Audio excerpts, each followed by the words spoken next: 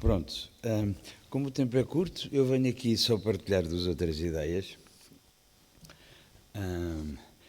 Eu julgo que estou aqui, julgo não, tenho certeza, como um ex-desempregado. E, portanto, deixa-me só fazer um preâmbulo, eu fui ex-desempregado já há muitos anos, não é? E, portanto, eu reconheço, ou admito, ou imagino que muita coisa mudou. Apoios sociais, desemprego, enfim, uma série de legislação que na minha altura não era assim. Por outro lado, cada caso é um caso, no caso, na questão do desemprego, e, portanto, eu só posso falar da minha situação. Eu queria mudar de emprego, porque eu, no fundo, fui jornalista durante muitos anos e comentador económico, etc. Depois estava administrador da TVI, fui o último administrador da TVI da Igreja. Eu não digo isto com orgulho, mas foi o que foi. E nós tínhamos que sair de lá. E daí foi o desemprego, porque tínhamos que meter a empresa ao abrigo da falência. E, portanto, os administradores perdem qualquer apoio social e portanto, também vão para o desemprego. E eu queria mudar para a área da gestão. Acontece que eu tinha 39 anos e o currículo não ajudava, porque da TVI, empresarialmente, não foi um caso de sucesso, como muitos de nós aqui sabemos. E eu, por outro lado, tinha uma pequena empresa que tinha feito um contrato com o Estado, não interessa agora, e o Estado não pagou.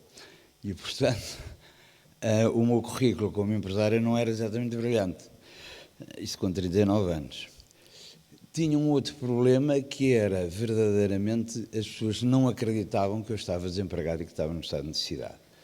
Porque eu tinha sido assessor de um Ministro das Finanças, porque eu fazia comentários na economia, na televisão, escrevia nos jornais, tinha sido administrador de uma empresa conhecida, e, portanto, a malta achava que eu exagerava um bocadinho quando estava a dizer que estava no desemprego, e disse, ele deve estar entre empregos e ele vai arranjar qualquer coisa. E, portanto, não. Isto é difícil às vezes passar a mensagem. E eu, como estou tentando cumprir o tempo, só tenho aqui duas ideias-chave que me percorreram na altura, e estas duas ideias-chave cruzam-se no tempo. Eu estive desempregado de março, do verão de um ano de 98, no verão de 98, e arranjei emprego março, abril de 99. Portanto, foi quase um ano, mas eu na altura não sabia que ia levar uns meses, ia levar mais, não é? Bem, a minha primeira ideia-chave, quando eu passei por este processo, foi o seguinte: elegi 4 características de fundo que eu tinha que ter. A primeira tinha que ser a alegria. Quer dizer, ter um tipo chato, resingão, a dar pontapés nas pedras, mal disposto, responder mal, por muita razão, por muita injustiçado que seja, E, portanto, eu percebi que isto era um momento definiador da minha vida, que ia ser uma coisa, uma história importante, uma parte da história da minha vida importante para dizer aos meus filhos, aos meus amigos, olha, pelos vistos estou aqui a dizê-la, e, portanto, eu tinha que arranjar momentos definidores e que dissesse, ele tipo, quando passou pelo desemprego era assim. Pronto, para dar testemunho. Pronto. E o primeiro que eu decidi ter foi a alegria.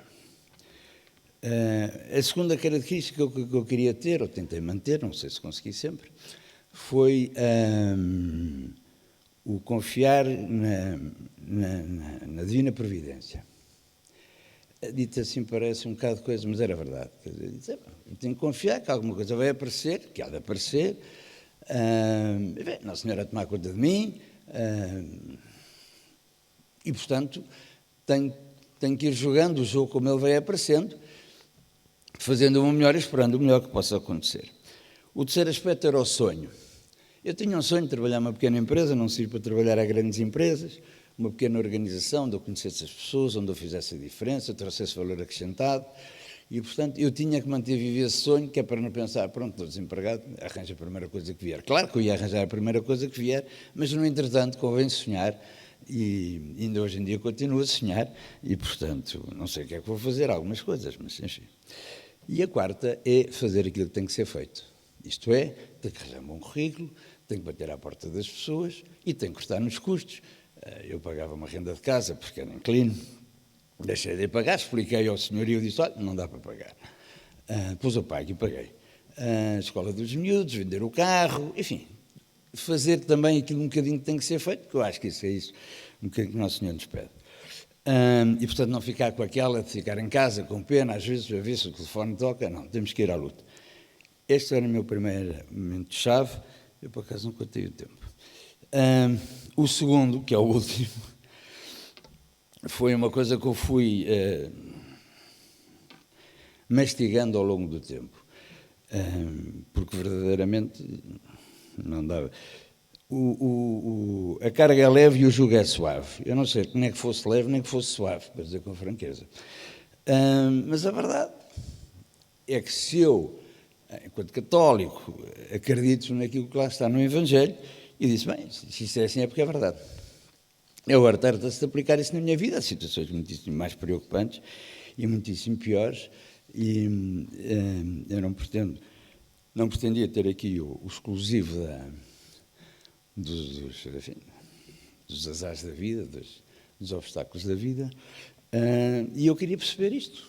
Como é que esta carga pode ser leve e suave? Não estou a perceber, porque eu vivia um bocadinho obcecado com as contas, não é? Porque eu tinha que pagar, quer dizer, o almoço e o jantar tinha que aparecer na mesa, não é? A conta de eletricidade tinha que ser paga, enfim, uma série de coisas. E, portanto, eu vivia um bocadinho obcecado com isso. E, eu tenho que sair deste quadro. Isto não. E é a história da alegria, da divina providência e tudo aquilo. Eu também andava um bocadinho cansado, porque aquilo foi o fim da TVI, que fui eu e o Dr. Ribeiro Castro, na altura.